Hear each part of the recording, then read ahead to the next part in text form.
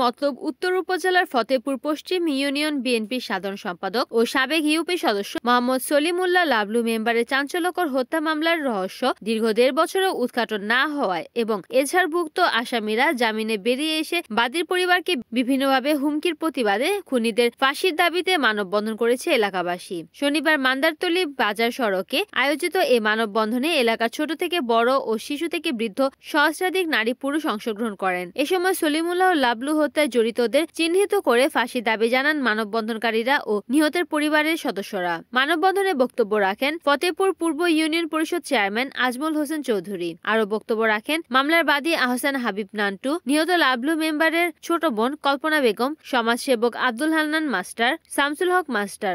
মানববন্ধনটি পরিচালনা করেন হাফেজ মোহাম্মদ আলামিন। লাবলুর একমাত্র ছোট বোন, আমরা এক ভাই এক বোনই বর্তমানে বেঁচে আছি। আমার ভাইটাকে কে বা কাহারা, কোথায়, কি কারণে, কেন হত্যা করা হয়েছে, এই জিনিসটি আজকের এই পর্যন্ত প্রশাসন আমাদেরকে সাহায্য করতে পারে না। আমরা কাছে বিচার দেওয়া হয়েছে, উনি আশ্বস্ত করছেন আমাদের এটা সত্য বিচার ওনার মাধ্যমে করে দিবে। আমরা সবাইকে ধন্যবাদ জানাই, সবাইকে সালাম জানাই। আমার বক্তব্য শেষ করছি। রিপোর্ট করেছেন চাঁদপুর প্রতিনিধি সুমন আহমেদ, NN টিভি।